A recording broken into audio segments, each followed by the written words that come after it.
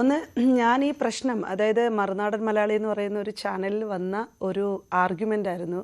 അവരുടെ ഫാമിലിയായി ബന്ധപ്പെട്ടിട്ടുള്ള വിഷയങ്ങൾ അത് ഒരു മണിക്കൂറോളം ഡിസ്കസ് ചെയ്യുന്നതിൻ്റെ ഇടയിൽ ഒരു പോയിന്റിൽ വെറുതെ ഒരു വിഷയങ്ങളും ഇല്ലാതെ തന്നെ സജിൻ ഒരു സ്റ്റേറ്റ്മെൻറ്റ് ഇടുകയാണ്. ദിയാസന MDMA ഉപയോഗിച്ചു, ബിഗ് ബോസിലെ കണ്ടസ്റ്റൻസുമായി വന്നിട്ട് വീട്ടിലിരുന്ന് MDMA ഉപയോഗിച്ചു, അതുപോലെ തന്നെ സജിനയ്ക്ക് ഈ പറഞ്ഞ MDMA തിന്നാൻ പറഞ്ഞു, സജിനയോട് ഉപയോഗിക്കാൻ പറഞ്ഞു അത്രേ.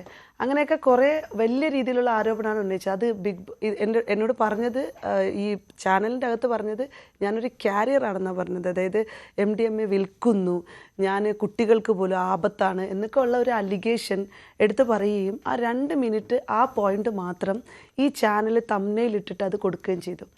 ഈ സാഹചര്യത്തിൽ സത്യം പറഞ്ഞു കഴിഞ്ഞാൽ ഞാൻ ഇതിനെ ഏറ്റെടുക്കുകയോ ഒന്നും തന്നെ ചെയ്യില്ലായിരുന്നു. പക്ഷേ ഇവിടുത്തെ സമൂഹ മാധ്യമങ്ങൾ, ഒരുവിധം ഓൺലൈൻ പ്ലാറ്റ്ഫോമുകൾ, ഒരിക്കലും ഞാൻ മെയിൻ സ്ട്രീം മീഡിയാസിന് പറയില്ല, ഒരുവിധം ഓൺലൈൻ മീഡിയകളും പ്രത്യേകിച്ച് യൂട്യൂബേഴ്സൊക്കെ ഇതിനെ വലിയ രീതിയിൽ ആഘോഷിച്ചതെന്ന് വെച്ചാൽ ദിയാസന MDM കൊടുത്തു എന്ന് പറയുമ്പോഴത്തേക്കും പ്രതികരിക്കുന്ന ഒരു സ്ത്രീ ആയതുകൊണ്ട് തന്നെ എനിക്കെതിരെ വന്ന അത്രയും വലിയൊരു അലിഗേഷൻ ഞാൻ ഭയങ്കര ഷോക്ക്ഡായിപ്പോയി ശരിക്കും. കാരണം ഈ സ്ത്രീയെ ഞാൻ സപ്പോർട്ട് ചെയ്തിരുന്നു, ഹെൽപ്പ് ചെയ്തിരുന്നു എന്നുള്ളതിലപ്പുറത്തേക്ക് ഇവരുമായിട്ട് എനിക്ക് ഒരു തരത്തിലുള്ള പ്രശ്നങ്ങളോ ഒരു കാര്യങ്ങളോ ഇല്ല. പെട്ടെന്നൊരു സുപ്രഭാതത്തിൽ വന്നിരുന്ന് ഇത്തരത്തിലൊരു അലിഗേഷൻ എനിക്കെതിരെ ഉന്നയിക്കുമ്പോൾ ഇവർ ചെയ്ത ഒരു കുറേ അധികം പേഴ്സണൽ കൊള്ളരുതായ്മകൾ കൊണ്ട് തന്നെ നമ്മൾ കുറച്ചധികം ആളുകൾ ഇവരുടെ സുഹൃത്തുക്കളായിട്ടൊക്കെ തന്നെ സർക്കുലേറ്റ് ചെയ്തുണ്ടായിരുന്ന ആളുകളാണ്. സൗഹൃദം എന്ന് പറയുമ്പോഴത്തേക്ക് ഭയങ്കര ഡീപ്പായിട്ടുള്ള ഒരു ഇതുമില്ല, ഇവരുടെ ആവശ്യങ്ങൾക്ക് വേണ്ടി സപ്പോർട്ട് ചെയ്യാൻ പോകുന്ന സുഹൃത്ത് എന്നുള്ള നിലയിൽ മാത്രം.